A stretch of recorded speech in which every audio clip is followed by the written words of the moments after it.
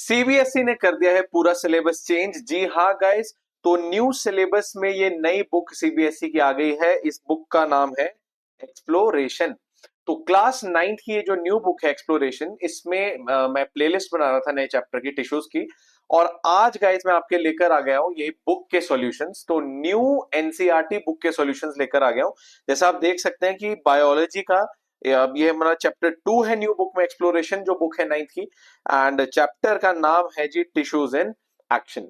तो video start करने से पहले कहना चाहूंगा गाइज, ये जो एनसीईआरटी सॉल्यूशन न्यू बुक्स के हैं, जो आप पीछे पीडीएफ देख रहे हैं स्क्रीन पर भी, अगर आपको ये डाउनलोड करनी है तो नीचे डिस्क्रिप्शन में लिंक है, वहां से आप डाउनलोड कर सकते हैं। तो चलिए शुरू करते हैं सॉल्यूशंस को।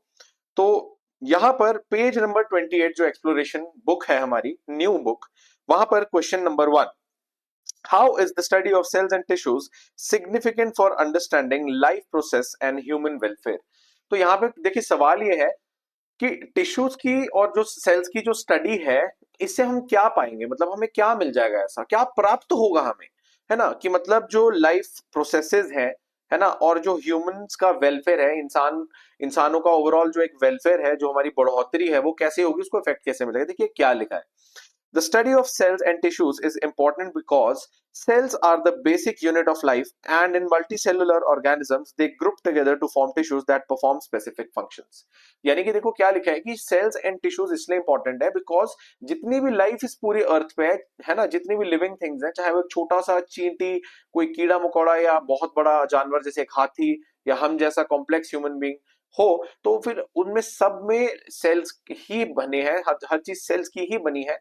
और इसके बाद ये भी लिखा है कि जो मल्टीसेलुलर ऑर्गेनिजम्स है, उनमें ये सेल्स ग्रुप टुगेदर करते हैं और टिश्यूज बनाते हैं। देखिए ये हम टिश्यूज चैप्टर की वीडियोस में ऑलरेडी अंडरस्टैंड कर चुके हैं, किस तरीके से सेल्स जुड़ते हैं और वो टिश्यूज फॉर्म करते हैं, टिश्यूज ऑर्गन्स फॉर्म करते हैं, ऑर्गन्स ऑर्गन सिस्टम फॉर्म करते हैं, एंड सो ऑन।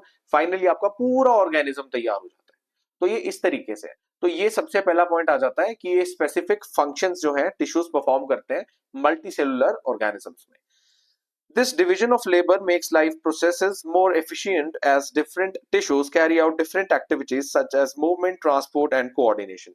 देखिए क्या होता है लाइफ प्रोसेसेस का मतलब समझते हैं। देखिए ऐसी प्रोसेस जो एक ऑर्गेनिज्म को जिंदा रहने के लिए जरूरी हो, यानी कि जिंदा रहने के लिए अनिवार्य हो, ऐसी इस मतलब ये एक ऐसी प्रोसेस हुई जिसके बिना वो ऑर्गेनिज्म जिंदा रह ही नहीं सकता। तो मतलब देखो ये जैसे मूवमेंट है, ऑर्गेनिज्म को मूवमेंट भी करना बहुत जरूरी है, ट्रांसपोर्ट है ना, कोऑर्डिनेशन मतलब ऑर्गेनिज्म की बॉडी में जो नर्वस सिस्टम है, ब्रेन है उसका, है ना, और उसके जो ऑर्गन्स है बाकी, अगर मैं मल्टीसेलुलर ऑर्गेनिज्म की बात करता हूं तो वो कोऑर्डिनेशन बनी रहनी चाहिए, है ना। तो ये सारी जो इंपॉर्टेंट लाइफ प्रोसेसेस होती है, इसमें न्यूट्रिशन भी आ जाता है, जैसे खाना खाना पड़ता है एनर्जी के लिए, हर ऑर्गेनिज्म को खाने की जरूरत है, तो वो न्यूट्रिशन भी एक लाइफ प्रोसेस आ जाती है। तो ये सारी लाइफ प्रोसेसेस मतलब इनको अंडरस्टैंड करना वह बहुत जरूरी हो जाता है। तो उसके लिए हमें सेल्स और टिश्यूज की स्टडी करनी पड़ती है। आगे क्या लिखा है, by studying cells and tissues we understand how the body is organised and how various functions are performed which helps in understanding life processes and contribute to human welfare. तो यानी कि अगर हम सेल्स और टिश्यूज की deep study करेंगे तो हमें ये समझ में आ जाएगा, वी विल अंडरस्टैंड कि ये जो डिफरेंट लाइफ प्रोसेसेस हैं ये कैसे काम करती हैं एक ऑर्गेनिज्म की बॉडी के अंदर। और अगर हमें ये समझ आ गया कि लाइफ प्रोसेसेस कैसे काम करती हैं, तो सिंपल सी बात है कि ह्यूमंस का वेलफेयर तो होगा ही होगा। देखो फॉर एग्जांपल, हमने सेल्स और टिश्यूज की स्टडी करी, हमें पता लगा कि पैंक्रियाज एक हमारे अंदर ऑर्गन है जहां से इंसुलिन हार्मोन प्रोड्यूस होता है ना। फिर एक थायराइड हार्मोन है जो नेक में एक ग्लैंड होता है, थायराइड ग्लैंड, उससे थायरोक्सिन नाम का एक हार्मोन है, वो थायराइड ग्लैंड से प्रोड्यूस होता है। तो ये सारे हार्मोन्स का अपना अपना काम है। वो अगर उसकी डेफिशिएंसी या एक्सेस से कोई बीमारी हो जाए तो उसका इलाज कैसे करना है। तो हो नहीं रहा ह्यूमंस का वेलफेयर, हम अपनी बॉडी को और अच्छे से अंडरस्टैंड कर पा रहे हैं, और अपने एनवायरनमेंट में जो और ऑर्गेनिजम्स हैं उनकी बॉडी और लाइफ प्रोसेसेस को भी इजीली अंडरस्टैंड कर पा रहे हैं। तो ये आपका पहला क्वेश्चन हो गया। इसमें जितने भी पॉइंट्स हैं आप इजीली वीडियो को पॉज करके भी इसको नोट कर सकते हैं। आगे चलते हैं। How are tissues in plants and animals different and why. देखिए ये तो हमें पता ही है एनिमल और प्लांट टिश्यूज डिफरेंट है, पर क्यों है चलिए पढ़ते हैं। Plant tissues differ from animal tissues because plants are stationary and need support, while animals require movement. देखिए ये तो सबको पता है, प्लांट्स हिलते थोड़ी है एक जगह, वो एक जगह स्टेशनरी रहते हैं और उन्हें सपोर्ट चाहिए होती है, और वो बस हिलते नहीं, इतना मूवमेंट नहीं रहता। लेकिन जानवर और एनिमल्स हम ह्यूमन बींग्स भी कितनी ज्यादा मूवमेंट करते हैं, तो हमारी एनर्जी रिक्वायरमेंट्स भी ज्यादा है और हमारी बॉडी और सेल्स का स्ट्रक्चर भी अलग है प्लांट्स और एनिमल्स का। आगे लिखा है hence plant tissues are often rigid. Rigid का मतलब होता है कि इनमें ज्यादा मूवमेंट नहीं होती, फ्लेक्सिबिलिटी नहीं होती, ये इनकी शेप और स्ट्रक्चर बिल्कुल ठोस होता है, रिजिड होता है। Whereas animal tissues are more flexible and specialized for movement। तो देखो एनिमल टिश्यूज जो होते हैं वो बहुत ज्यादा फ्लेक्सिबल होते हैं और वो इस तरीके से डिजाइंड होते हैं कि मूवमेंट ज्यादा हो सके, क्योंकि जाहिर सी बात है एनिमल्स को मूवमेंट की जरूरत होती है। नेक्स्ट क्वेश्चन आ गया जी, how is the division of labour at various levels of organisation in multicellular organisms correlated with their structure and function. देखो ये क्वेश्चन बड़ा डीप है, यहाँ पे ये पूछा जा रहा है कि जो डिवीजन ऑफ लेबर है एक मतलब उसके जो ऑर्गेनाइजेशन है अलग अलग लेवल्स पे, तो एक मल्टीसेलुलर ऑर्गेनिज्म के अंदर इस चीज का क्या लेना देना है उस ऑर्गेनिज्म के स्ट्रक्चर और फंक्शन से। तो देखो इसका मतलब समझते हैं, पहले क्या है, पहले पढ़ता हूं फिर समझाता हूं। In multicellular organisms there is division of labour at different levels of organisation. Cells specialise to perform specific functions and similar cells form tissues. तो देखिए क्या होता है, हम देखो मल्टीसेलुलर ऑर्गेनिज्म के अंदर अलग अलग ऑर्गन सिस्टम्स होते हैं। अब देखो ह्यूमन बींग के एग्जांपल से समझाता हूँ। हम एक ह्यूमन बींग है, जैसे मैं एक ह्यूमन बींग हूँ, तो बॉडी के अंदर स्किन है, बोन्स है, स्केलेटल सिस्टम है, फिर मस्कुलर सिस्टम है, नर्वस सिस्टम है, विभिन्न प्रकार के ऑर्गन सिस्टम्स हैं जिनमें अलग अलग टिश्यूज और अलग अलग टाइप के टिश्यूज हैं, और वो टिश्यूज आगे अलग अलग टाइप के सेल से बने। तो देखिए क्या होता है कि अब देखिए अब जैसे हमारी बॉडी में जैसे मान लीजिए स्टमक है, तो स्टमक के अंदर मसल्स भी पाई जाएंगी, मस्कुलर टिश्यू भी है, उसका कुछ अलग काम है ना। स्टमक के अंदर एपिथेलियल टिश्यू भी पाया जाएगा जो उसकी आउटर मोस्ट लेयर और इनर लाइनिंग को बनाता है, उसका कुछ अलग काम है, एब्जॉर्प्शन, सिक्रीशन और प्रोटेक्शन देना, है ना। तो अलग टिश्यू का अलग काम है, एक स्पेशलाइज्ड फंक्शन है। ऐसा नहीं हो सकता कि बोन वाला टिश्यू आपका वो फंक्शन करने लग जाए जो आपका मसल टिश्यू करता है, या मसल टिश्यू वो फंक्शन करने लग जाए जो नर्वस टिश्यू करता है। हर टिश्यू एक स्पेशल टाइप के सेल का बना होता है, and every tissue has its own unique specialised function. तो ये यहाँ पे डिवीजन ऑफ लेबर का मतलब है कि बॉडी के अंदर हर सेल का अपना काम है ना। मतलब जैसे इसको आप ऐसे समझ सकते हैं, मान लीजिए आप एक घर बनाने जा रहे हैं और आपने अलग अलग टाइप के मिस्त्री लगा दिए। एक मिस्त्री चनाई वाला है, वो चनाई प्लस्तर कर रहा है। एक आपका कारपेंटर है, वो लकड़ी का काम कर रहा है, उसको आपने लकड़ी का काम सौंप दिया है। एक आपका कोई और ही बंदा है, वो इंटीरियर डिजाइनिंग का काम कर रहा है। तो आपने क्या किया, आपने पूरे काम को अलग अलग लेबर बांट दी। ये इंसान इस काम में स्पेशलाइज करता है तो ये यही काम करेगा। अब ऐसा तो नहीं है ना कि टाइल लगाने वाला कारपेंटर का काम कर लेगा, या लकड़ी का जो कारपेंटर है वो आपका मिस्त्री का काम कर लेगा। हर इंसान का अपना रोल है, तो यहां आपने डिवीजन ऑफ लेबर कर दी है। सेम उसी तरीके से एक मल्टी सेलुलर ऑर्गेनिज्म की बॉडी में जो सेल्स हैं और जो टिश्यूज हैं उनके अपने स्पेसिफिक रोल्स हैं, और इसीलिए हम बोलते हैं कि हर लेवल पर एक ऑर्गेनिज्म के अंदर डिवीजन ऑफ लेबर होता है। तो आगे क्या लिखा है, cells specialise to perform specific functions and similar cells form tissues. जो बात अभी मैंने आपको एक्सप्लेन करी बिल्कुल वही लिखी है। Tissues combine to form organs and organs work together in organ systems. Each level has structure suited to its function which helps in efficient functioning of the organism. तो देखिए इसमें जब तक हर टिश्यू और हर सेल का जो उसका अपना रोल है वो अपना रोल ही करे, वो किसी और टिश्यू का रोल ना करे। तो जब तक ऐसा रहेगा, एक प्रॉपर डिवीजन ऑफ लेबर है ना ऑर्गेनिज्म की बॉडी में रहेगी हर लेवल पर, तो तब तक ऑर्गेनिज्म की बॉडी एफिशिएंटली फंक्शन करेगी, अच्छे से काम करेगी। तो ये यहाँ पे मैंने आपको हिंदी में इसका एक्सप्लेनेशन दे दिया है। प्रॉपर आंसर लिखना है तो आप ये यहाँ से देख सकते हैं। तो बहुत अच्छा क्वेश्चन था गाइस, ये इंपॉर्टेंट क्वेश्चन भी, इसके आने के चांसेस मुझे हाई लग रहे हैं। आगे चलते हैं।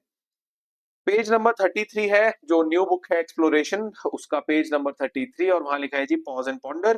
पहला question, you may have noticed that fibers of coconut husk are hard and brittle, whereas the leaf stalks of coriander are soft and flexible. Find out the reason। तो देखो क्या होता है, जो आपका नारियल होता है ना कोकोनट, उसके बाहर जो वो झाड़ीदार जैसे बाल होते हैं वो बहुत हार्ड और रूखे रूखे सूखे सूखे रिजिड होते हैं। लेकिन अगर आप देखें लीफ स्टॉक्स ऑफ कोरिएंडर, देखिए क्या होता है, कोरिएंडर होता है भाई धनिया, जो तुम्हारी मम्मी तुम्हें लेने भेजती है बाजार। ये धनिया मिर्च लिया, तो धनिया की जो डंडी होती है ना, और जो उसके लीव्स होते हैं उसका पूरा पार्ट ही फ्लेक्सिबल और सॉफ्ट होता है, वो उसके नारियल की तरह हार्ड नहीं होता। तो इसका रीजन क्या है? देखिए यहाँ पे हमने परमानेंट टिश्यूज वाला जो टॉपिक है वो यहाँ पे आंसर होगा। हमने क्या पढ़ा था कि स्क्लेरेनकाइमा टिश्यू जो है वो डेड पार्ट्स में पाया जाता है, हस्क ऑफ कोकोनट में पाया जाता है, और उसकी जो टिश्यू में सेल्स है उनकी सेल वॉल्स बहुत रिजिड और थिक होती है, मोटी सेल वॉल्स होती है, लिग्निन की बनी होती है, इस वजह से वो हार्डनेस है कोकोनट में। लेकिन कोरिएंडर जो है वो लिविंग टिश्यू है। स्टेम में क्या पाया जाता है, हमने पढ़ा था, सॉफ्ट पार्ट्स जैसे स्टेम है उसमें कॉलेनकाइमा पाया जाता है जो फ्लेक्सिबिलिटी देता है। इसके लिए आप प्लेलिस्ट जो मैंने बनाई है टिश्यूज की उसमें आप वो वीडियो चेक कर सकते हैं। चलिए आंसर पढ़ते हैं। Coconut husk fibres are hard and brittle because they are composed mainly of sclerenchyma tissue. Sclerenchyma cells have thick walls due to deposition of lignin, a hard substance that makes cells dead, rigid and very strong, giving coconut husk its hard brittle nature. तो ये बिल्कुल वही चीज अंग्रेजी में लिखी है जो मैंने आपको भी एक्सप्लेन करी। On the other hand, leaf stalks of coriander are soft and flexible because they contain collenchyma tissue. Collenchyma cells are living cells with unevenly thickened corners due to pectin, a flexible chemical similar to rubber, which provides flexibility and allows the stalks to bend without breaking. यानी कि जिस प्रकार से आपका ये sclerenchyma का tissue, इसमें आपका देखिए यहाँ लिखा था लिग्निन, इसमें लिग्निन होती है सेल वॉल में जिस वजह से इसको हार्डनेस मिलती है, उसी प्रकार आपके कोलेनकाइमा के टिश्यू को एक और सब्सटेंस होता है पेक्टिन, इसकी वजह से फ्लेक्सिबिलिटी मिलती है। तो आपको समझ आ गया कि धनिया की जो डंडियां होती है वो स्टेम में कोलेनकाइमा टिश्यू की वजह से फ्लेक्सिबिलिटी है, और जो कोकोनट की बाहर की हस्क है उसमें स्क्लेरेनकाइमा टिश्यू की वजह से हार्डनेस और रिजिडिटी है। तो ये क्वेश्चन भी आपको समझ आ गया। चलिए आगे चलते हैं। पेज 34 पे अगेन आपका क्वेश्चन 2 आ जाता है। Why do you think that a thick cuticle on the outer wall of epidermis is advantageous for a plant living in the desert but disadvantageous for a plant living underwater? Guys, ये तो बहुत ही common sense की बात है। देखिए cuticle क्या होता है, जैसे आपका लीफ होता है ना, लीफ प्लांट्स के जो लीव्स होते हैं, उन लीव्स के ऊपर एक थिक कलर की वैक्सी चिपचिपी सी वैक्सी कोटिंग होती है, और उन कोटिंग के उसी कोटिंग को बोलते हैं क्यूटिकल। और ये एक स्पेशल टाइप के सब्सटेंस की बनी होती है जिसे हम बोलते हैं क्यूटिन, CUTIN, है ना। ये क्यूट वाला क्यूट नहीं है, ये क्यूटिन है इसका नाम। और इस सब्सटेंस की जो थिक कोटिंग, एक वैक्सी लेयर लीफ की सरफेस पे होती है, उसे हम क्यूटिकल कहते हैं। तो देखिए डेजर्ट प्लांट्स को पानी की वैसी बेचारों को कमी रहती है, और अब हमें पता है लीफ की सरफेस पे स्टोमेटा होता है, जो छोटे छोटे छेद होते हैं, पोर्स होते हैं लीफ की सरफेस पे, जहां से ट्रांसपीरेशन के through extra water, excess water atmosphere में रिलीज करते हैं प्लांट्स। अब डेजर्ट प्लांट को तो बेचारे को वैसी ही कमी है पानी की, उसको तो अकाल पड़ा है, सूखा पड़ा है, उसको तो बेचारे को जितना पानी मिलेगा वो तो बचा के रखना चाहेगा। तो इसलिए क्या होता है, डेजर्ट प्लांट्स की जो ऊपर सरफेस है उस पर थिक, बहुत थिक इसकी क्यूटिकल होता है, और क्यूटिन की कोटिंग, जो वैक्सी सब्सटेंस की कोटिंग बहुत मोटी होती है। इससे क्या होता है कि जो स्टोमेटल पोर्स है वो इजीली ओपन नहीं होते और वाटर का लॉस नहीं होता। लेकिन अगर कोई पौधा ऐसा है जो पानी के अंडर है, तो भाई उसको तो रेस्पिरेशन के लिए भी वाटर चाहिए ना, उसको एक्सचेंज ऑफ गैसेस भी वो वाटर के थ्रू ही करेगा जब उसके पोर्स खुलेंगे सरफेस से, तो उसके लिए तो हानिकारक है। तो अंडर वाटर प्लांट के लिए ये बिल्कुल हानिकारक है, ठीक है। तो वो मिनरल्स, वाटर, सब कुछ अंडर वाटर प्लांट्स एब्जॉर्ब अपने पोर्स से करेंगे, लेकिन अगर वो क्यूटिकल की लेयर से ब्लॉक हो गए, बंद हो गए, तो वो प्लांट ही मर जाएगा। और डेजर्ट प्लांट्स के लिए उल्टा है, उनके लिए अच्छी बात है कि उनका वाटर का लॉस नहीं होगा। तो चलिए आंसर पढ़ते हैं, इंग्लिश में क्या लिखा है। For a desert plant, a thick cuticle is advantageous because it acts as a waterproof layer that greatly reduces water loss through transpiration. यानी कि ट्रांसपिरेशन से जो वाटर लॉस होगा उसको ये रोक देगा। Since water is very scarce in desert conditions, क्योंकि वैसे ही पानी की कमी। Minimizing water loss is essential for plant survival, बहुत जरूरी है डेजर्ट प्लांट्स के लिए अपना वाटर लॉस कम करना। For a plant living underwater, a thick cuticle is disadvantageous because such plants need to absorb water, minerals and dissolved gases directly from the surrounding water through their entire surface. जैसा मैंने कहा कि जो under water plants है वो अपनी surface पे जो पोर्स है वहां से डायरेक्ट वाटर से ही गैसेस, मिनरल सब कुछ एब्जॉर्ब करते हैं, है ना। A thick cuticle would block this absorption and gaseous exchange, harming the plant survival. तो देखिए टोटल दो डिफरेंट सिनेरियो हमने देख लिए कि भाई एक थिक क्यूटिकल यानी कि जो वैक्सी सब्सटेंस है क्यूटिन, उसकी कोटिंग डेजर्ट प्लांट्स के लिए बहुत अच्छी है, लाभदायक है। लेकिन अंडर वाटर प्लांट्स के लिए वही कोटिंग अगर बहुत मोटी हो, क्यूटिकल थिक हो, तो वो प्लांट बेचारा मर जाएगा। तो हमने रीजंस भी समझ लिए। चलिए अब आगे चलते हैं। आगे आ जाता है क्वेश्चन 3, जो कह रहा है आपका, once water is absorbed by plant roots, it has to travel against gravity through the xylem. How do the dead cells of xylem work together with the living cells of leaves at the top to keep the water moving? तो देखिए यहाँ पे क्या होता है, अब क्या होता है जब रूट से, जड़ों से पानी एब्जॉर्ब होता है तो वो ग्रेविटी के अगेंस्ट, देखिए ग्रेविटी तो यही बोलती है ना कि कोई भी चीज है वो ऊपर से नीचे जाए, लेकिन प्लांट की स्टेम में पानी नीचे से ऊपर जाता है ना, रूट से एब्जॉर्ब होता है और स्टेम के अंदर ऊपर की तरफ जाता है ग्रेविटी के अगेंस्ट। तो वो कैसे पॉसिबल है, ऐसा क्यों हो पा रहा है? तो देखिए क्या लिखा है, xylem cells, tracheids, and vessels are dead and hollow, forming a continuous pipeline from roots to leaves. The dead tube-like structure offers very little resistance to water flow.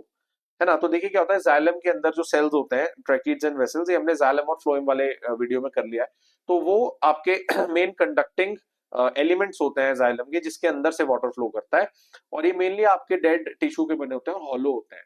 तो ये नीचे रूट से लेके ऊपर लीव्स तक, रूट से लेके ऊपर लीव्स तक एक कॉन्टिन्यूस इनकी एक ऐसे पाइप जैसी बनी होती है, जिसके अंदर वाटर को फ्लो करने से कोई रेजिस्टेंस नहीं मिलती, मतलब वाटर बहुत इजीली फ्लो कर सकता है। The living cells of leaves carry out transpiration. They lose water vapor through stomata into the air. This creates a transpirational pull, a suction-like force which draws water upward through xylem tubes against gravity. तो देखो क्या होता है, ऊपर जो पत्ते होते हैं ना, जैसा मैंने बताया, पत्तों के ऊपर लीफ की सरफेस पे छोटे छोटे पोर्स होते हैं, स्टोमेटल पोर्स।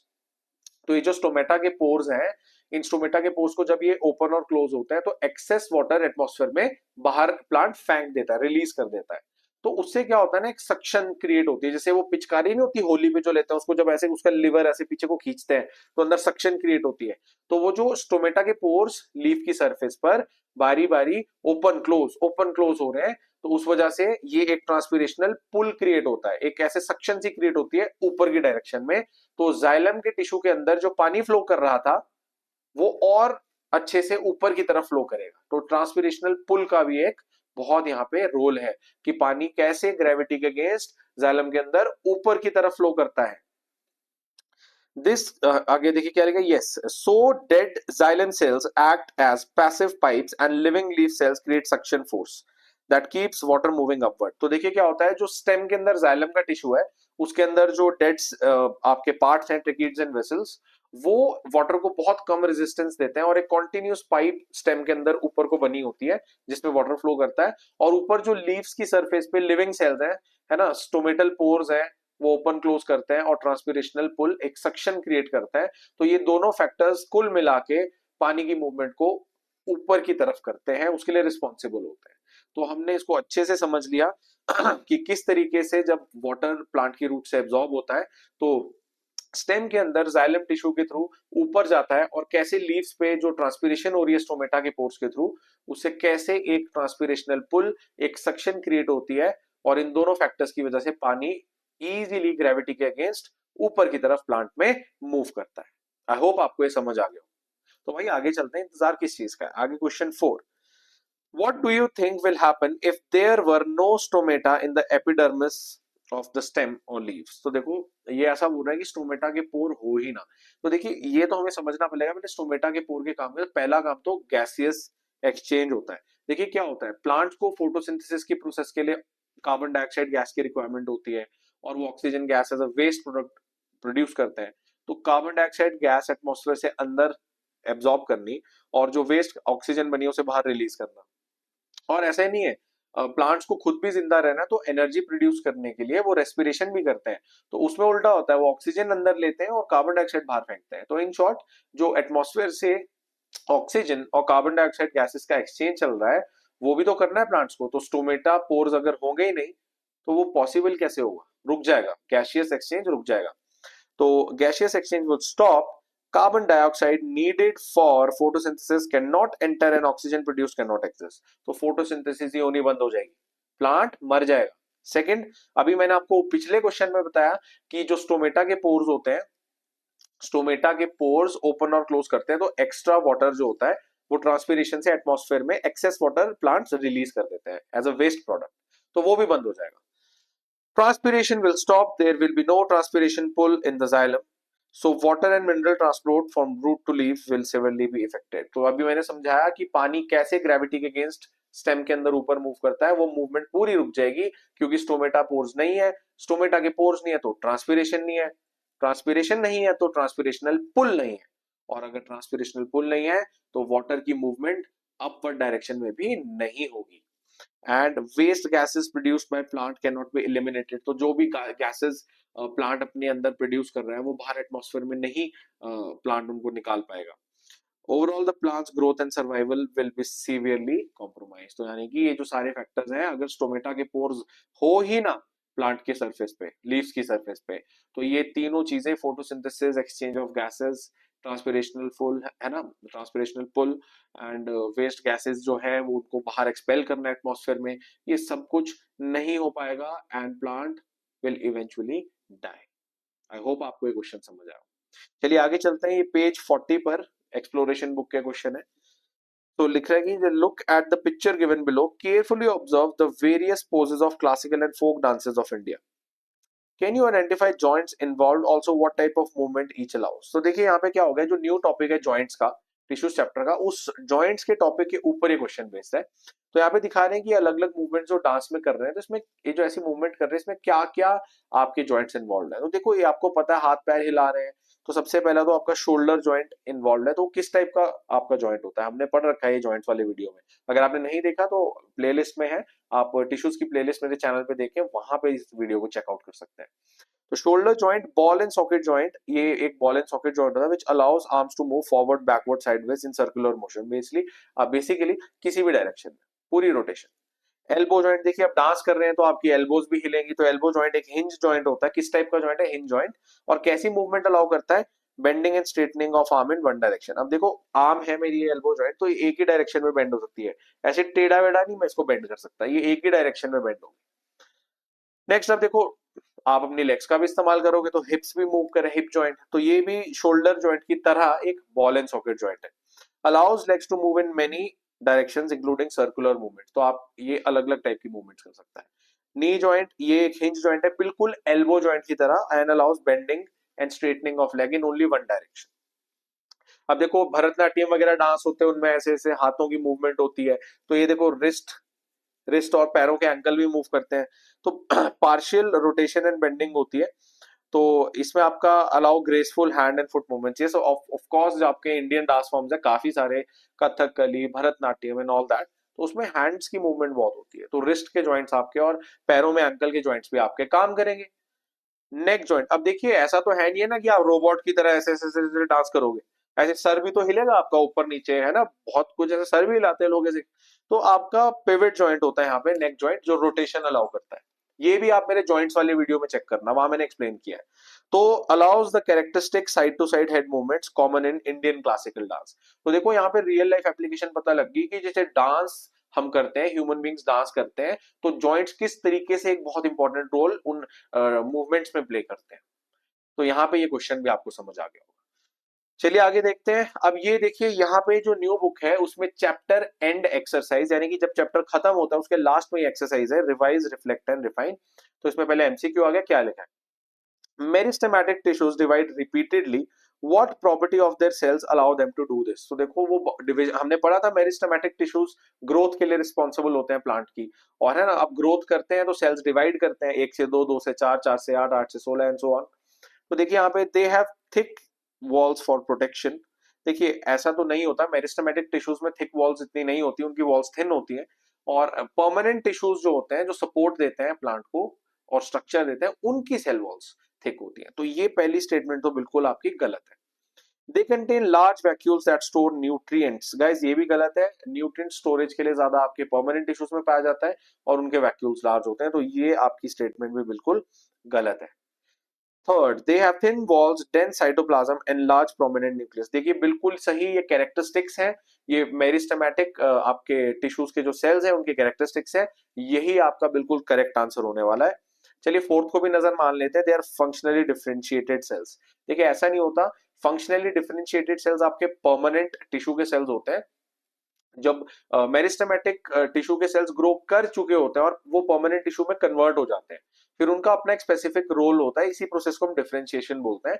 तो ये जो डिफरेंशिएटेड सेल्स हैं ये परमानेंट टिश्यू के सेल्स होते हैं। तो इसमें आपका correct option would be third. देखिए लिखा भी है, thin cell walls allow the cell to divide without much resistance. देखिए अगर सेल को डिवाइड करना है, टूट के एक से दो, दो से चार होना है, उसको है ना डिवाइड करना है, तो उसकी सेल वॉल्स अगर मोटी होंगी तो वो डिवाइड इजीली नहीं कर पाएगा।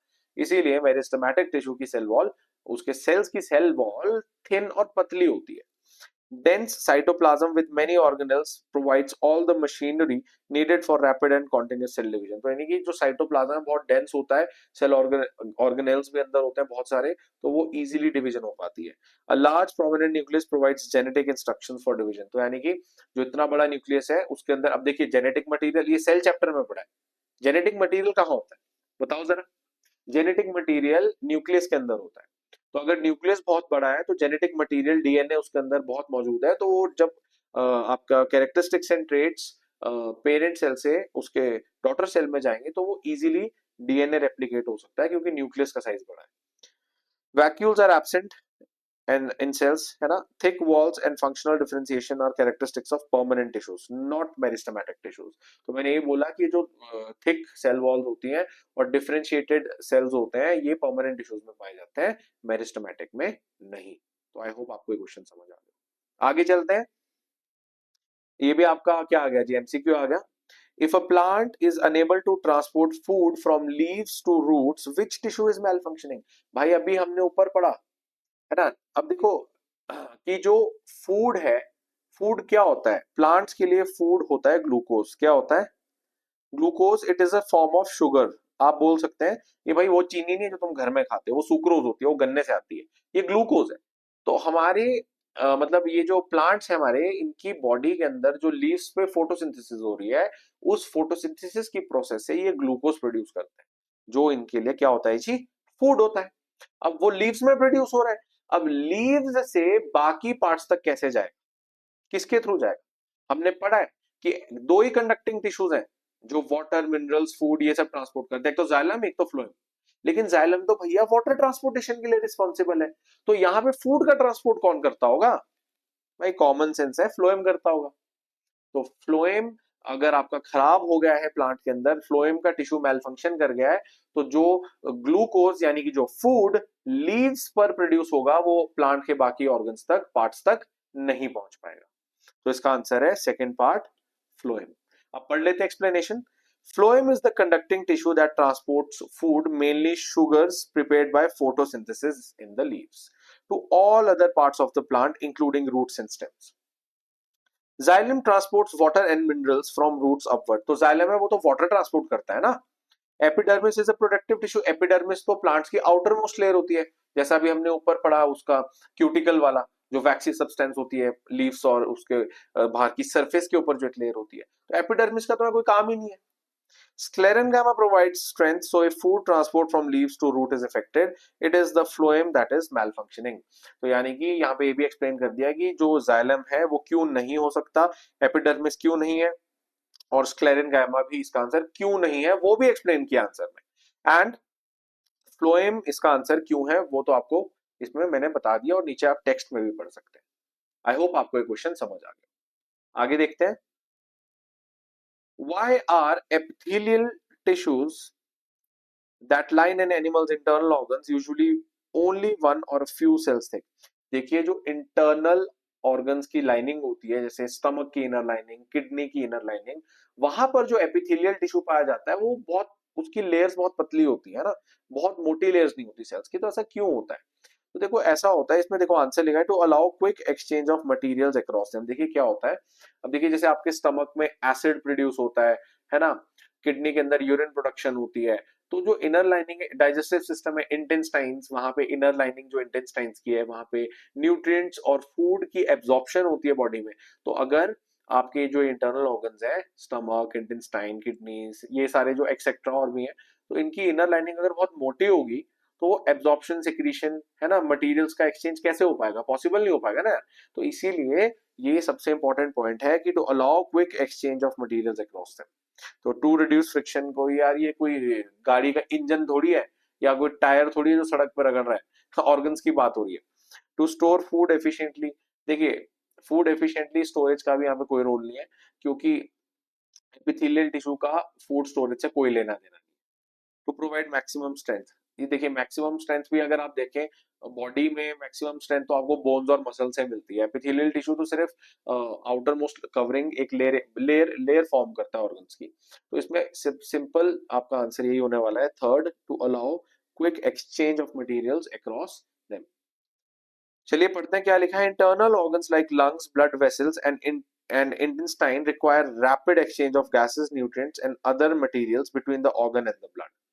Being only one or a few cells thick minimizes the distance materials have to travel, enabling quick and efficient diffusion. A thick layer would slow down this exchange greatly, यानी कि अगर epithelial tissues की जो inner lining है वो अगर बहुत मोटी हो जाए तो ये जो मटेरियल्स का एक्सचेंज हो रहा है epithelial tissue के थ्रू वो हो नहीं पाए। तो ये यहाँ पे इसका आंसर हो गया, एंड आई होप आपको इसका आंसर भी समझ आ गया। नेक्स्ट क्वेश्चन देखते हैं, question 4। You can perform these two jumps, जो फिगर 3.21 में जैसे आप यहाँ पे देख पा रहे हैं, ये दो जंप्स आप परफॉर्म कर सकते हैं। Straight leg jump, keep knees and ankle stiff. Normal jump, bend knees and ankles naturally. How did your ankle knee and hip positions differ between the two jumps. देखिए अब यहाँ पे ये बोल रहे हैं कि अगर आप ये सीधा खड़े होकर जंप करते हैं, अपने घुटनों को बेंड नहीं करते, सिर्फ हल्का सा अपने एंकल से और अपने हल्का सा लेग्स को हल्का पुश करते हैं और नीज को बेंड नहीं करते और जंप करते हैं, तो ये अलग टाइप की जंप है। और अगर आप ऐसे पूरा नीचे बैठकर, पूरा नीचे झुककर फिर जोर से ऊपर जंप लगाएं, तो इन दोनों में किस तरीके से हमारे जॉइंट्स मूव कर रहे हैं उसका डिफरेंस हमने देखना है। तो देखिए यहाँ पे क्या लिखा है, in the straight leg jump, ये स्ट्रेट लेग जंप ये वाली है जिसमें आप अपने नीज बेंड नहीं कर रहे। The knees and ankles are kept stiff, यानी कि देखो आप जो नीज है और जो आपके एंकल्स हैं वो आपने स्टिफ रखे हुए हैं। So only hip joint is used for jumping, तो सिर्फ आपका कौन सा जॉइंट यूज हो रहा है, सिर्फ आपका ये हिप जॉइंट वाला एरिया यूज हो रहा है जंप करने के लिए।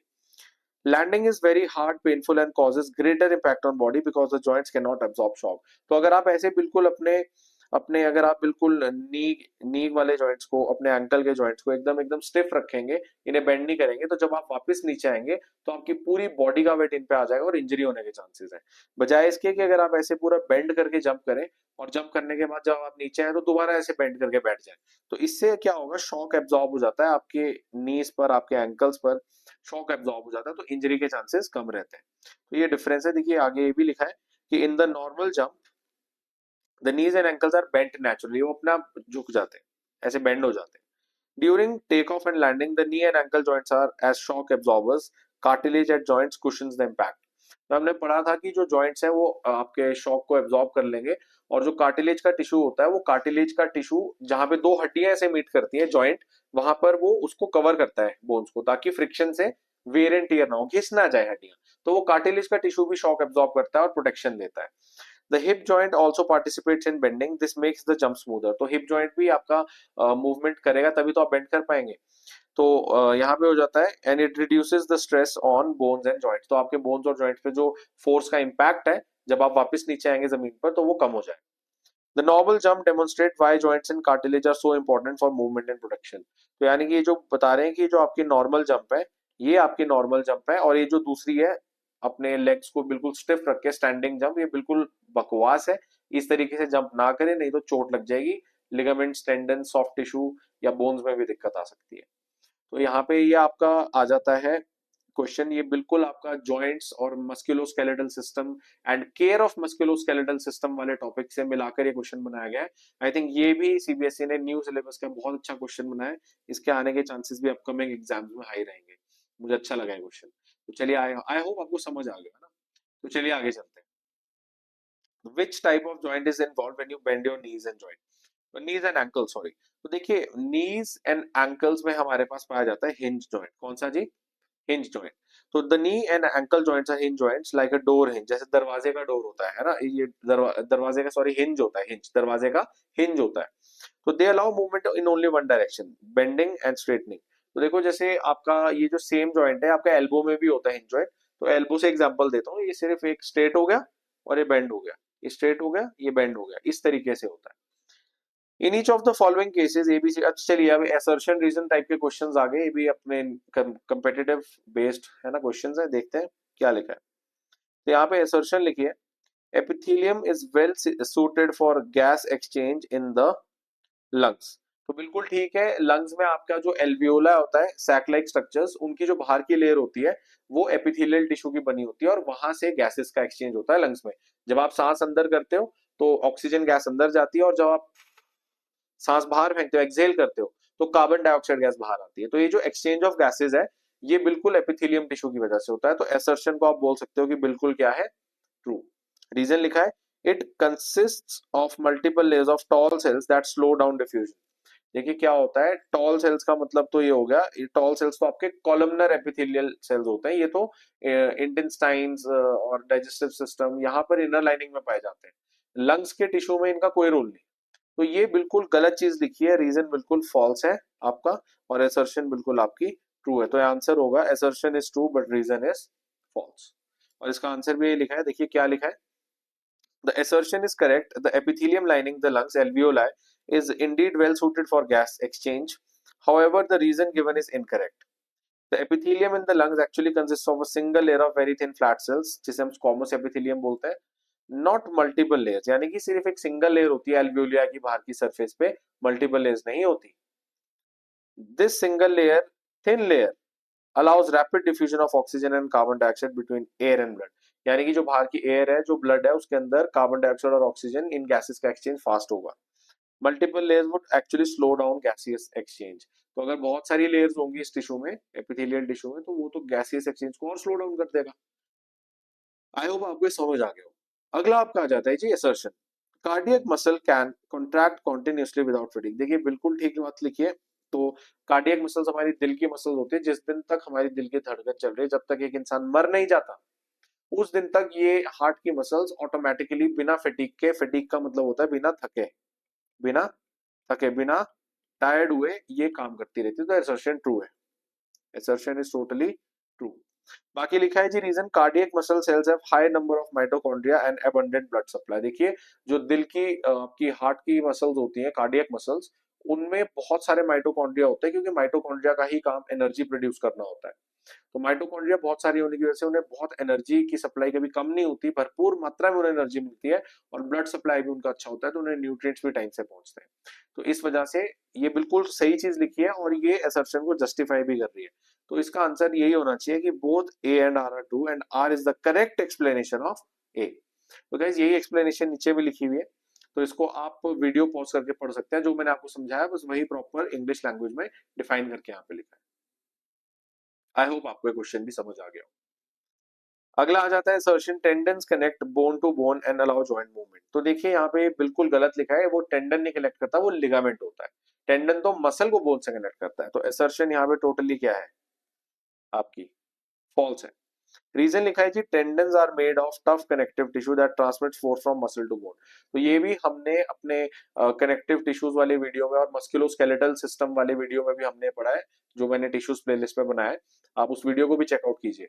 कि भाई जो टेंडन्स होते हैं वो तो बहुत टफ फाइबर के बने होते हैं, सख्त फाइबर के, और वो मसल को बोन से कनेक्ट करते हैं, ताकि जो पावर मसल जनरेट करे वो बोन तक किसके थ्रू ट्रेवल करे, टेंडन के थ्रू। तो देखिए रीजन यहाँ आपका ट्रू है और असर्शन यहाँ पे आपकी फॉल्स है। तो आंसर होगा assertion is false but the reason is true. और इसकी एक्सप्लेनेशन जो मैंने आपको अभी दी प्रॉपर लैंग्वेज में यहाँ पर लिखी हुई है, आप वीडियो को पॉज करके इसे पढ़ सकते हैं, इसे देख सकते हैं। चलिए नेक्स्ट क्वेश्चन डी आ जाता है। असर्शन लिखी है जी, in hinge joint movement occurs primarily in one plane. तो हिंज जॉइंट जैसा मैंने बताया था आपके घुटने में, नी में होता है, एल्बो में होता है, तो सिर्फ एक ही प्लेन में मूवमेंट होती है, एक ही डायरेक्शन में मूवमेंट होती है। तो असर्शन आपकी यहाँ पे बिल्कुल क्या है जी, आपकी ट्रू है। रीजन लिखा है जी, the bone ends are shaped to allow sliding in all directions.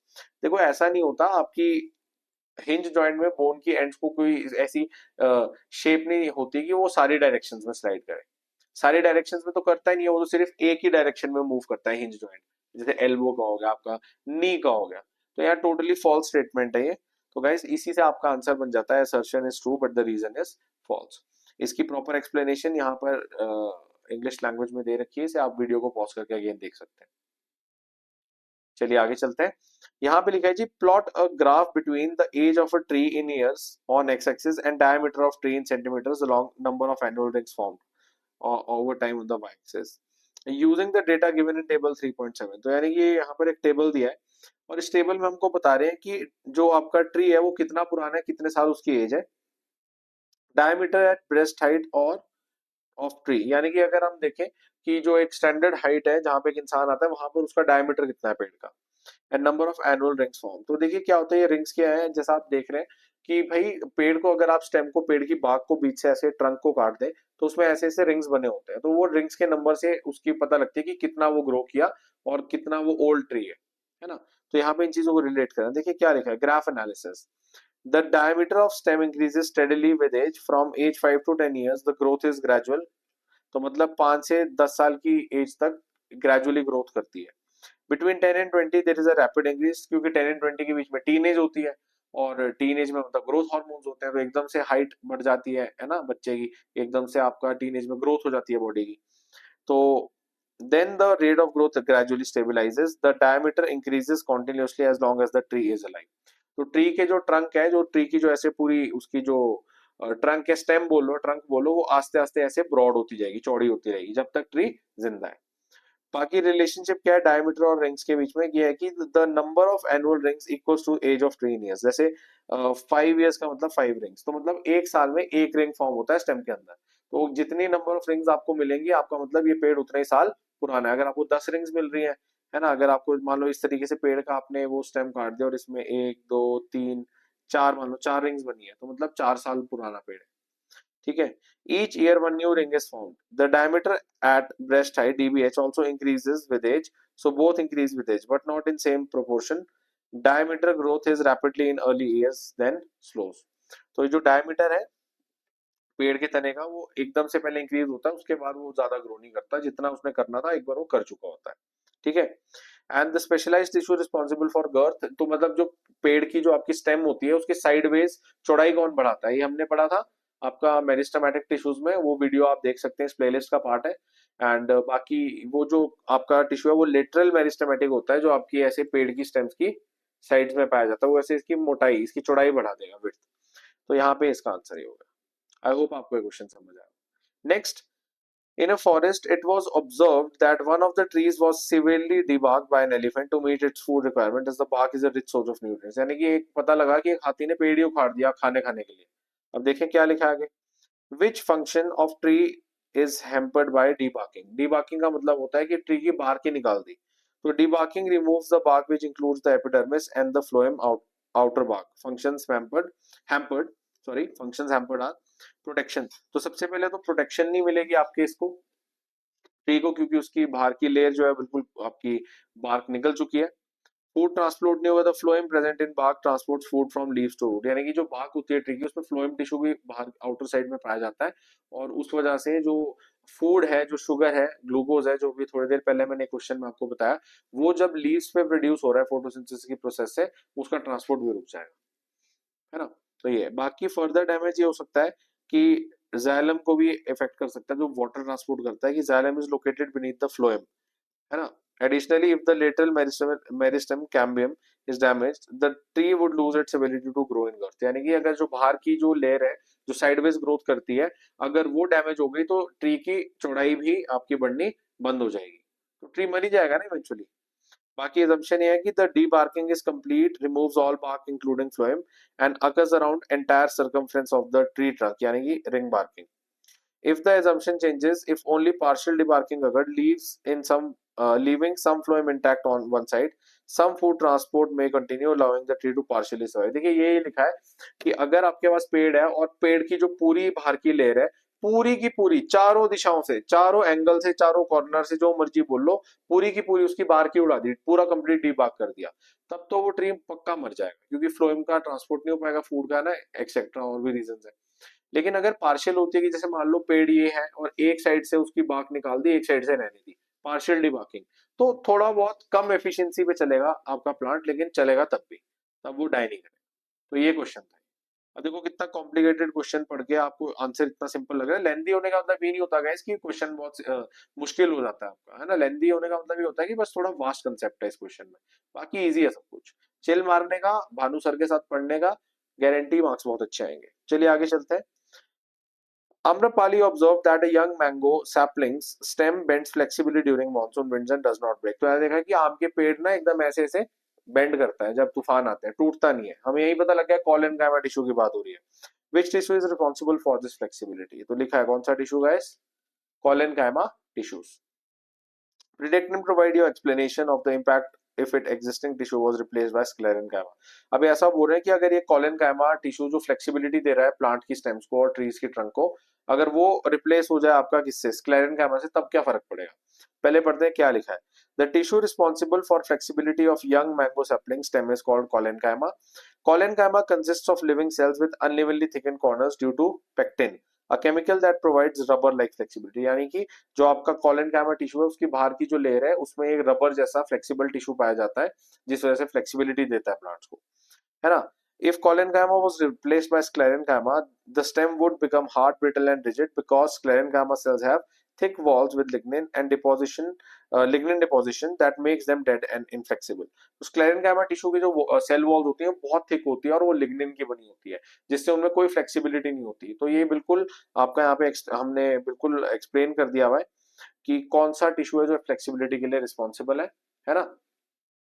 And अगर हम उसको वो कोलेनकाइमा उसको चेंज कर दे स्क्लेरेनकाइमा से तो आपके पास उसके बहुत इफेक्ट्स साइड इफेक्ट्स देखने को मिलेंगे।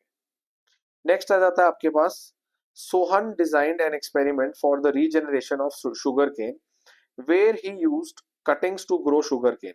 तो इसने बंदे ने क्या किया, शुगर केन के जो डंडे होते हैं ना गन्ने के, वो काट के इसने गन्ना उगाया। तो क्या किया, he used two types of cutting, type A and type B. After a few weeks, type B cutting sprouted and developed into sugarcane plants, whereas the type A cutting did not sprout. तो देखो यहाँ पे किस type की cutting use करी है, type A में देखो क्या लिखा है, why were the type B cuttings able to grow sugarcane but type A could not? देखिए क्या लिखा है, type B cuttings were able to grow because they contain nodes. अगर आप ध्यान से देखो, ये देखो टाइप ए कटिंग में क्या है, ये आपका पूरा पीस शुगर केन है, इसमें कहीं भी नोड मौजूद नहीं है। लेकिन अगर आप इसको देखो, ये वाली कटिंग, इसमें सेंटर में क्या मौजूद है, एक नोड। नोड मतलब ये इस तरीके से आपकी स्टेम के ऊपर पाए जाते हैं। तो यहाँ पे नोड है और यहाँ पे कोई नोड मौजूद नहीं है। इस वजह से ये जो बी वाला है इसके अंदर आपकी ग्रोथ होगी। क्या लिखा है, the region of stem that have intercalary meristematic. तो ये कौन सा मेरिस्टेमेटिक टिश्यू है जो इंटरनोड्स पे पाया जाता है स्टेम पे, ये आपका intercalary meristematic tissue. So it is present at base of internodes or just above nodes. This meristematic tissue can actively divide and give rise to new shoots. Type A cuttings likely do not contain आपका nodes, so they lack meristematic tissue and have no ability to regenerate new growth. तो आपके पास यानी कि ये हो गया कि जो टाइप ए वाली कटिंग है उसमें नोड ना होने की वजह से वहां पे इंटरकैलरी मेरिस्टेमेटिक टिश्यू भी नहीं होगा, और अगर वहां पे इंटरकैलरी मेरिस्टेमेटिक टिश्यू नहीं होगा तो ग्रोथ कैसे होगी। तो यहाँ पर आपको ये भी समझ आ गया। तो देखिए क्वेश्चन 11 में क्या बोल रहे हैं, During the discussion in class, Rohan gives a statement that a tissue is a group of similar cells performing similar functions. यानी कि जो similar cells हैं वो जुड़ के similar function perform करें वो tissue होता है। But Rajiv counters argues that this is true in case of simple tissues but little different in case of complex tissues. तो आगे से राजीव बोलता है कि यार रोहन, जो तू बात कह रहा है भाई, तू तो ठीक बात कह रहा है रोहन, लेकिन ये सिर्फ सिंपल टिश्यूज के लिए सच है, कॉम्प्लेक्स टिश्यूज के लिए बात सच नहीं है। तो आप provide your explanation in view of the discussion, यानी कि अब हमें एज अ स्टूडेंट यहाँ पे बताना है कि भाई ये जो आपके रोहन है और जो राजीव है, इन्होंने जो जो पॉइंट्स एक दूसरे को मारे हैं, क्या इनमें से कौन ठीक बोल रहा है कौन गलत बोल रहा है ना, या दोनों ही ठीक बोल रहे हैं या दोनों ही गलत बोल रहे हैं, चलिए पता लगाते हैं। देखिए both Rohan and Rajeev are partially correct, दोनों आधे आधे ठीक आधे गलत है, समझते हैं क्यों। Rohan's statement is true for simple permanent tissues like parenchyma, collenchyma, and sclerenchyma. In these, all cells are of same type and perform same function. तो देखिए जो सिंपल परमानेंट टिश्यूज होते हैं इनके सारे सेल्स सेम टाइप के होते हैं, हमने पढ़ा है। एंड ये डिफरेंट टाइप के मल्टीपल टाइप के सेल से जुड़ के नहीं बनते, तो इसीलिए यहाँ पे ये सेम ही फंक्शन परफॉर्म करता है ना। बट राजीव का जो आर्ग्यूमेंट है, it is correct for complex permanent tissues because xylem is a complex tissue made up of 4 different type of cells: tracheids, vessels, xylem parenchyma, and xylem fiber. Each type of cell in xylem has different structure and performs a different function. जैसे tracheids है, vessels है ना, ये water को conduct करते हैं। xylem parenchyma food store करता है अपने अंदर, ये लिविंग पार्ट होता है xylem का। and companion cells phloem parenchyma and phloem fibers with different structures and roles. So however all these different cells work together as a team to achieve the overall function of the complex tissue. जैसे अब देखो ये जितने भी आपके tissues अलग अलग हैं, ये पूरे ऑर्गेनिज्म की अंदर अलग अलग फंक्शंस इनके होंगे, अलग अलग काम ये परफॉर्म करेंगे, और उससे ओवरऑल जब ये सारे टिश्यूज अपने अपने काम, अपने अपने फंक्शंस परफॉर्म करेंगे, तो ओवरऑल ऑर्गेनिज्म के सारे फंक्शंस परफॉर्म होंगे बहुत अच्छे से और स्मूथली और एफिशिएंटली होंगे। ठीक है, तो लेकिन यहाँ पे यही है कि जो आपका कॉम्प्लेक्स परमानेंट टिश्यूज है, ठीक है, उनके लिए स्टेटमेंट आपकी करेक्ट है, और रोहन की जो स्टेटमेंट है वो सिंपल परमानेंट टिश्यूज के लिए करेक्ट है, और राजीव की कॉम्प्लेक्स परमानेंट टिश्यूज के लिए। तो दोनों अपनी अपनी जगह ठीक है, करेक्ट, ये आंसर हो गया। तो इससे बेटर डेफिनेशन क्या होगी, देखो अगर रोहन और इसकी राजीव की डेफिनेशन को हम बोले कि आधी ठीक आधी गलत है, तो फिर परफेक्ट डेफिनेशन क्या हुई, ये हुई जी, a tissue is a group of cells similar और different in structure that are organized and work together to perform one or more specific functions for the organism। तो यानी कि ये ऐसे सेल्स होते हैं जो ऑर्गेनाइज होके ऑर्गेनिज्म के लिए अलग अलग फंक्शंस आपके वो करते हैं। बाकी अगला क्वेश्चन आता है, coconut husk fibres are used for mats which are tough and fibrous. यानी कि नीचे जो पैरों में मैट्स लगाते हैं पैर साफ करने के लिए, वो कोकोनट के हस्क से भी बनाए जाते हैं, क्योंकि वो बहुत, देखो मैट सॉफ्ट और फ्लेक्सिबल तो होना नहीं चाहिए, मैट तो थोड़ा रिजिड और हार्ड होना चाहिए, जब आप उस पे ऐसे पैर मलेंगे और उसको उससे अपने पैर साफ करेंगे तो वो उसमें स्ट्रेंथ होनी चाहिए। तो which tissue has structural features suitable for providing this strength, ऐसा कौन सा टिश्यू है, दे हमें पढ़ा है, हमने अभी ऊपर भी पढ़ा है कि ये जो स्क्लेरेनकाइमा टिश्यू है, देखो क्या लिखा है, डेड सेल्स का बना है, जिसकी सेल वॉल्स थिक होती है और लिग्निन की होती है। देखो क्या लिखा है, पढ़ के समझ लेते हैं। The tissue responsible for toughness and strength of coconut husk fibres is sclerenchyma. अभी बताया, sclerenchyma cells are very thick cell walls due to heavy deposition of lignin. तो जो स्क्लेरेनकाइमा टिश्यू के सेल्स हैं, उनकी सेल वॉल्स बहुत मोटी और थिक होती है, क्योंकि वो एक सब्सटेंस लिग्निन की बनी होती है, अ हार्ड रिजिड केमिकल। आगे क्या लिखा है, these cells are dead at maturity with the cell wall being extremely hard and strong. तो देखो ये जब बिल्कुल सेल्स बिल्कुल ग्रो कर चुके होते हैं, मेच्योरिटी भी होते हैं अपनी, तो ये डेड सेल्स हो जाते हैं, डेड बन जाते हैं, और ये बहुत हार्ड होते हैं। This gives the fibres there characteristic toughness, hardness and fibrous nature. जो फिर इसी वजह से जो स्क्लेरेनकाइमा टिश्यू है और इसके जो सेल्स की थिक सेल वॉल्स है लिग्निन की बनी हुई, इसी की वजह से कोकोनट फाइबर्स को अपनी हार्डनेस और जो रफनेस है वो मिलती है, तो इसीलिए वो सूटेबल हो जाते हैं for making mats. And mats इन यार, इससे रस्सियां भी बनती है ना, रोप्स भी बनती है।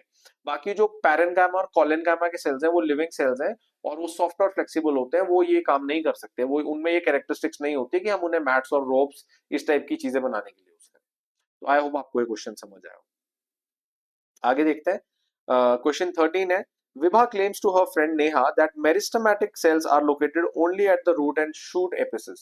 तो ये विभा अपनी फ्रेंड नेहा को बोलती है कि जो मेरिस्टमैटिक सेल्स होते हैं वो सिर्फ रूट और शूट की टिप्स पे होते हैं, बाकी कहीं नहीं पाए जाते। What do you think about this statement.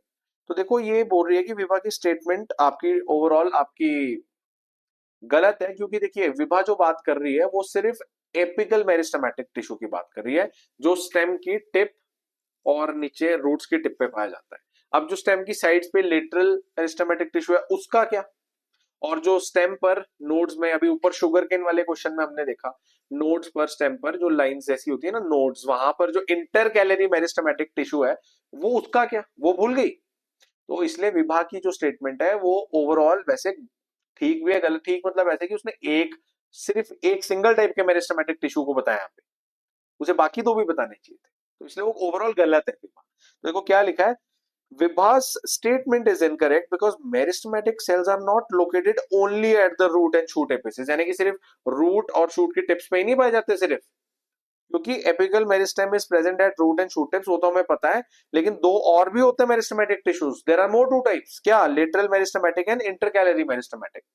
तो lateral meristematic are found along the circumference of stems, जो गर्थ चौड़ाई बढ़ाते हैं, and intercalary meristematic located at the base of internodes or above nodes, responsible for regrowth after cutting और grazing। यानी कि अगर आप किसी स्टेम को बीच से काटते हो तो वहां से जो दोबारा ग्रोथ होती है लीव्स की, ब्रांचेस की, है ना, या दोबारा से स्टेम ग्रो करती है, वो इस इंटरकैलरी मेरिस्टेमेटिक टिश्यू की वजह से करती है।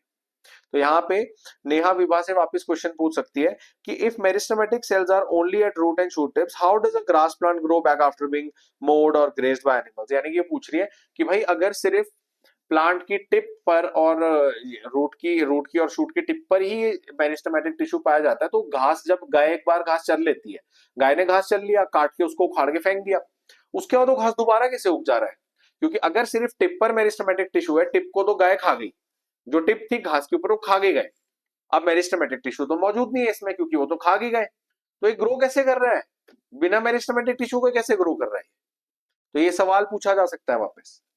एंड एक और, if meristematic cells are only at tips, how does the trunk of a tree become thicker and wider as it grows? तो अगर देखो ट्री के सिर्फ टिप पर ऊपर और नीचे है, तो फिर तो सिर्फ लंबाई बढ़नी चाहिए ना पेड़ की, वो चौड़ाई क्यों बढ़ रही है? फिर चौड़ाई कैसे बढ़ जा रही है? तो ये भी एक क्वेश्चन पूछना चाहिए कि चौड़ाई आपकी दूसरे वाले मेरिस्टेमेटिक टिश्यू से, यानी कि लेटरल मेरिस्टेमेटिक टिश्यू से ग्रो करती है। तो विभा यहाँ पे गलत थी, उसको उसने सिर्फ एक सिंगल टाइप के मेरिस्टेमेटिक टिश्यू यानी कि एपिकल मेरिस्टेमेटिक टिश्यू की बात की थी, है ना? तो नेहा को उससे क्वेश्चन पूछना चाहिए about lateral meristematic tissue and intercalary meristematic tissue. तो ये क्वेश्चन यहाँ पे खत्म। अगला क्वेश्चन 14 आता है, ये बोल रहा है a plant cell and animal cell are of same size, which cell will have larger vacuole? Common sense है यार, प्लांट सेल्स में वैक्यूल बड़ा होता है, क्योंकि वो ये सेल में हम ऑलरेडी पढ़ चुके हैं, वो वाटर स्टोरेज करनी होती है। तो हम एजम्पशन क्या कर रहे हैं, देखिए लिखा है plant cell will have larger vacuole compared to animal cell because in plant cells vacuole are large and prominent, बहुत बड़े होते हैं, and 60 to 90% जो सेल का वॉल्यूम है वो वैक्यूल ही ऑक्यूपाई कर लेता है। They play important role in storing water, जैसे प्लांट्स को वाटर की बहुत जरूरत होती है फोटोसिंथेसिस के लिए, तो वैक्यूल्स वाटर स्टोर करते हैं। स्टोरिंग और प्लांट को जो सेल को जो एक शेप और रिजिडिटी होती है वो भी वैक्यूल प्रोवाइड करता है। Storing nutrients and waste products, maintaining the shape of cell, तो प्लांट सेल्स में न्यूट्रिएंट्स भी अपने अंदर स्टोर करता है, वेस्ट प्रोडक्ट्स भी स्टोर करता है, वाटर भी स्टोर करता है। तो वैक्यूल के बहुत सारे काम है प्लांट सेल के अंदर, लेकिन एनिमल सेल में क्या काम है भाई वैक्यूल का, वो भी पढ़ लेते हैं। In animal cells vacuoles are either absent और very small and temporary, they are used only for transport और डाइजेशन। तो सिर्फ थोड़ा बहुत फूड पार्टिकल्स अगर सेल के अंदर आए हैं एनिमल सेल में, जैसे आपका अमीबा में होता है, तो वो वैक्यूल्स में उस फूड की थोड़ी बहुत डाइजेशन होती है और ट्रांसपोर्ट होता है, उसके अलावा ज्यादा कोई काम वैक्यूल्स का नहीं होता एनिमल सेल्स में। तो therefore even if both cells are same size, the plant cells vacuole will be larger, यानी कि अगर एक एनिमल सेल ले लिया एक तरफ और एक तरफ एक प्लांट सेल ले लिया और दोनों का साइज बराबर है, तो वैक्यूल बड़ा प्लांट सेल में ही होगा, क्योंकि उसमें वैक्यूल की ज्यादा रिक्वायरमेंट है प्लांट सेल के अंदर, हमने पढ़ लिया है। और assumption में ये मान के चल रहा हूं कि we are comparing a typical mature plant cell like parenchyma with a typical animal cell, not a specialized plant cell like meristematic cell. तो हम यहाँ पे एक मेच्योर परमानेंट टिश्यू का सेल ले रहे हैं प्लांट से और उसको एक एनिमल सेल से कंपेयर कर रहे हैं। And both cells are in healthy normal state, यानी कि ऐसा नहीं है कि एक बेचारा मरियल सा सेल ले लिया, दूसरा बड़ा एकदम फ्रेश सेल ले लिया। अगर आप अच्छा से एक फेयर, एक जस्ट कंपैरिजन करना चाह रहे हैं, तो दोनों सेल्स बिल्कुल हेल्दी और फ्रेश कंडीशन में होनी चाहिए, है ना? The plant cell is a non meristematic permanent tissue and animal cell is not specialized, है ना? तो ऐसा होना चाहिए कि एनिमल सेल आपका एक स्पेशलाइज्ड सेल नहीं होना चाहिए, और जो प्लांट का सेल है वो आपका मेरिस्टेमेटिक सेल नहीं होना चाहिए, वो परमानेंट टिश्यू का सेल होना चाहिए। तो अब ऐसे अगर हम कंपेयर करेंगे दो सेल्स को, एक प्लांट सेल और एक एनिमल सेल जिनका साइज सेम है, तब हमें पता चलेगा कि जो वैक्यूल है वो प्लांट सेल में ही बड़ा पाया जाएगा, क्योंकि उसकी ज्यादा रिक्वायरमेंट, ज्यादा यूटिलिटी, ज्यादा उसका जो काम है वो प्लांट सेल में है।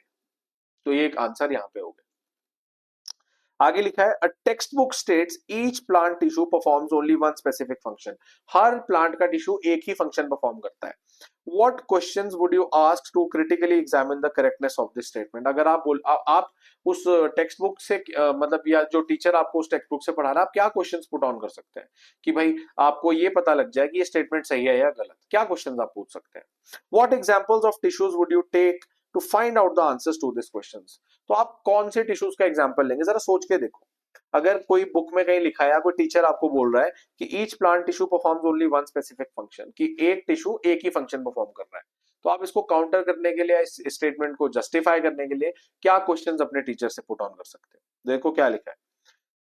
तो हम ये पूछ सकते हैं does parenchyma perform only one function? देखो पैरेन्काइमा टिश्यू एक परमानेंट टिश्यू है प्लांट्स में, तो पैरेन्काइमा टिश्यू क्या सिर्फ एक सिंगल फंक्शन परफॉर्म करता है? देखा, हमने तो ऐसा नहीं पढ़ा।